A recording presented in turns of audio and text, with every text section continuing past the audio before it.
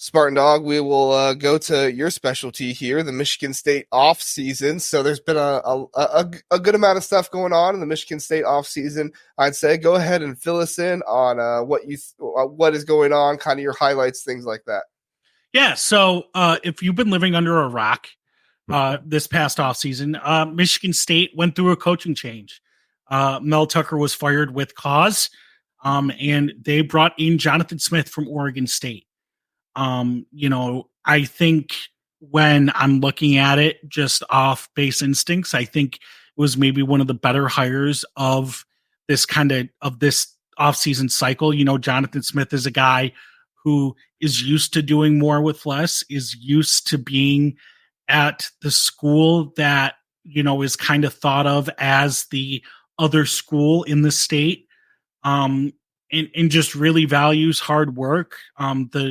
The motto he's been pushing thus far is low ego, high output, which is refreshing to hear, coming off of a coach who, had a 51-page personal style guide about himself.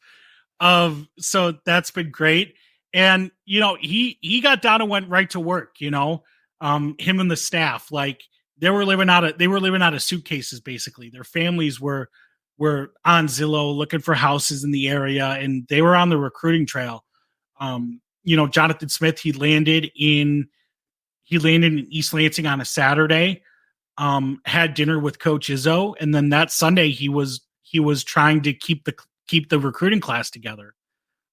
He took a recruiting class that was, in the 90s and only had 3 commits into the 37th ranked class overall by 24/7. Just a remarkable turnaround on his part. I mean, to kind of keep the class together, as well as add to the class and kind of fill it out with guys who are going to be good depth pieces and they can develop into starters, is great. And, he brought over a lot of talent from Oregon State. I mean, Jack Velling, who led the nation in touchdowns by a tight end last season.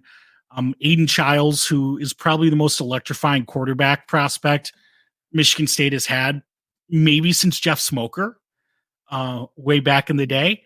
So it's really exciting times to be at Michigan State. It was a tough season. I think anyone who has watched Michigan State can attest to that. But it's all looking up here for us. I'm very excited.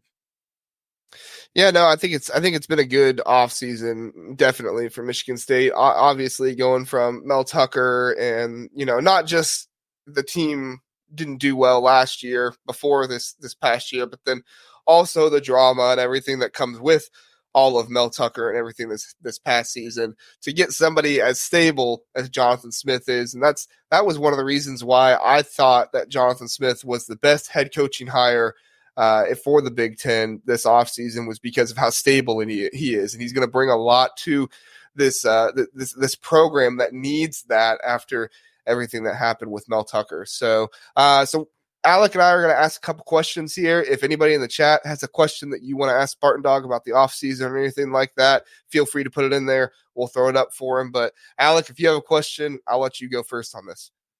Yeah, so when I look at Jonathan Smith and kind of what he did at Oregon State, it reminds me of, I think, what Michigan State was under Mark D'Antonio, where it was more develop guys and, build a program. And, they had 2 really strong years at the end of his tenure out there.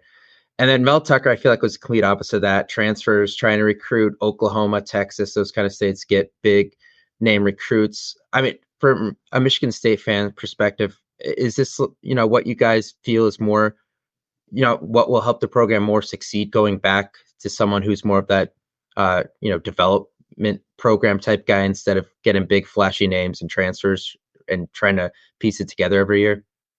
So I think Mel Tucker had the same problem that a lot of Belichick assistants have when they transition into head coaching roles, right? Where they see like the way things are at places like Alabama and Georgia, and they think it just happens overnight and they can do it at whatever school they land. And I think that was one of Mel Tucker's biggest struggles on the recruiting trail. Was they're like, I'm Mel Tucker. This is Michigan State. The 4 and 5 stars will flood here no matter what. And, that wasn't necessarily the case. One of the most interesting things about Jonathan Smith's playing career was he started as a walk-on.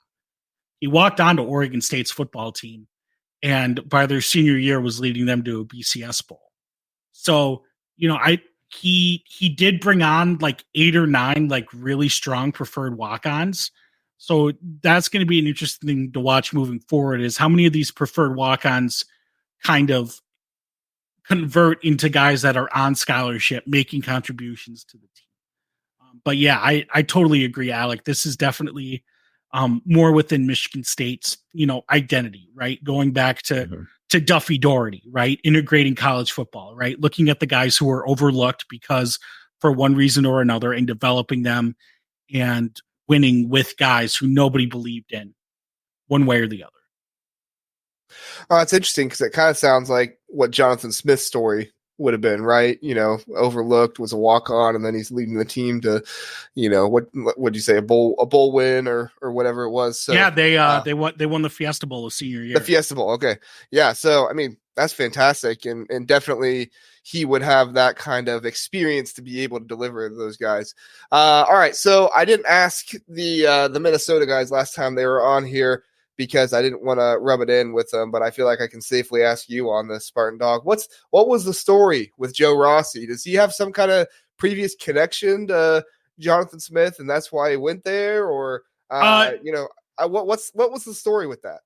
As far as I can tell, and I did ask the Minnesota guys. I did reach out to the Ski U guys, and I did shout out to them. They were very gracious in answering my questions, because I kind of asked them the day of. So it was still a little fresh. Was the worst. Yeah, and they were very gracious. They answered my questions. They filled me in on everything I needed to know about Joe Rossi. There's really no like connections. They weren't really at the same places. I think one of the things that people were concerned about with Jonathan Smith coming in is that he has no ties to the region, right? He's never coached west. He's never coached west of the Rocky Mountains. He is, he was born in California, played in Oregon. His entire coaching career has been out west. So, coming to the Midwest, you need to be able to build those connections, have those relationships with coaches. And Joe Rossi was a guy who has those relationships. And one of the things the Ski U guys pointed out was that, Fleck in Minnesota are a little behind the 8 ball on their assistant pool compensation. So we were able to give him a raise, and, he was able to, it was a no-brainer. And with the resources Minnesota gave him, I mean, he had like top 10 defensive units. So that's kind of the story with Joe Rossi, is that he was a guy who was kind of looking for a raise, felt a little underappreciated. And Jonathan Smith had money to burn and was looking for guys with ties to the region. Yeah, I mean, I heard rumors last year that Rossi was kind of, and again, these are just rumors, but he was kind of upset with some of the way things were going, because he felt like everything was on him to win at Minnesota this season. They didn't have, a superstar running back like Mo Ibrahim and stuff like that. Now, Darius Taylor was obviously very good, but he didn't feel like the offense was strong enough to really help him out. And then he's saying to himself, well, I can't be Phil Parker every single time. Like, need some help here. I don't know how Phil Parker does it, but need some help here. And that was a part of his frustration as well. So yeah, if you look at somebody like Jonathan Smith, who's been able to have the offenses that he has had, in addition to a pay raise, that would make sense. So Alec, do you have another question? Yeah. So this one comes with a little bit of a Penn State perspective, but how big of it was to hold on to Nick Marsh after everything that went on? I know Penn State was heavily involved. A lot of schools got into it late, but you get to keep a top 100 player, in-state guy, receiver. And I think the fact he's a receiver is kind of big, because you mentioned the quarterback that Smith is bringing with him, just to kind of have those two young guys to build a connection over the next couple of years. Like, how big is that? Not just for the program, but maybe excitement for fans to kind of have a nice quarterback receiver duo to look forward to. Keeping Nick Marsh was huge. Nick Marsh was a guy who was the cornerstone of the class under Mel Tucker. Decommitted while Tucker was still there. kind of in the midst of the 2022 season, but recommitted over this summer. You know, the Marsh family, and they've spoken on record about this, was big on relationships. So, you know, a lot of credit goes to Jonathan Smith. Like I said, he came in on a Saturday, had dinner with Coach Izzo. Sunday morning, he was in River Rouge, Michigan, visiting the Marsh family. So that's huge. And retaining Courtney Hawkins, the wide receivers coach, was also huge in keeping him, because the Marsh family was big on relationships and continuity. And Courtney Hawkins was the primary recruiter. He was their point man for Michigan State. So being able to keep Courtney Hawkins on board, I think, really sealed the deal. I'm really excited for this Nick Marsh Aiden Childs connection. It is going to be electric. Yeah, no, that's awesome. I totally forgot about Nick Marsh. That was a great question there, Alec. Last question for you, Spartan Dog. We don't have any in the chat, so that's okay. But just grade the offseason for me. Would you give it an A+? Would you maybe go down to maybe a B or something like that? I mean, obviously, you're very optimistic about it. If you had to grade the offseason so far, what grade would you give?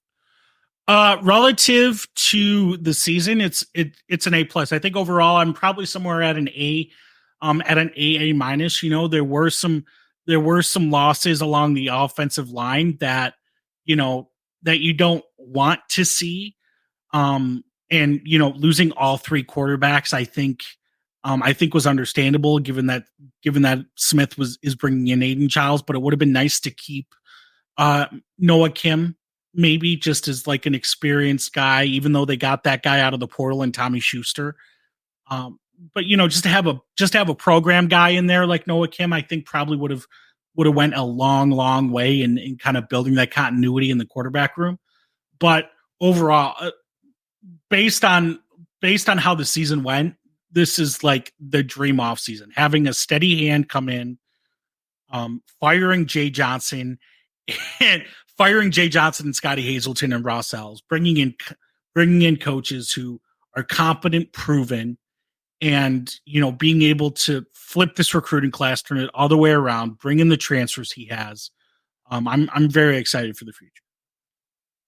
No, I think you have a lot to be excited about. I think it was a great, like I said, great hire. A lot of good stuff going on at Michigan State. So thanks for listening to the Big Ten Huddle. Please do like and subscribe. We appreciate that. If this was your first time listening, we are the Big Ten Huddle. We cover all things Big Ten football and basketball. We have a long episode every Sunday, Tuesday, and Wednesday night, all at 9 o'clock. So come in, check us out, get in the chat, let us know what you're thinking. We would love to have you join us and learn more about the Big Ten.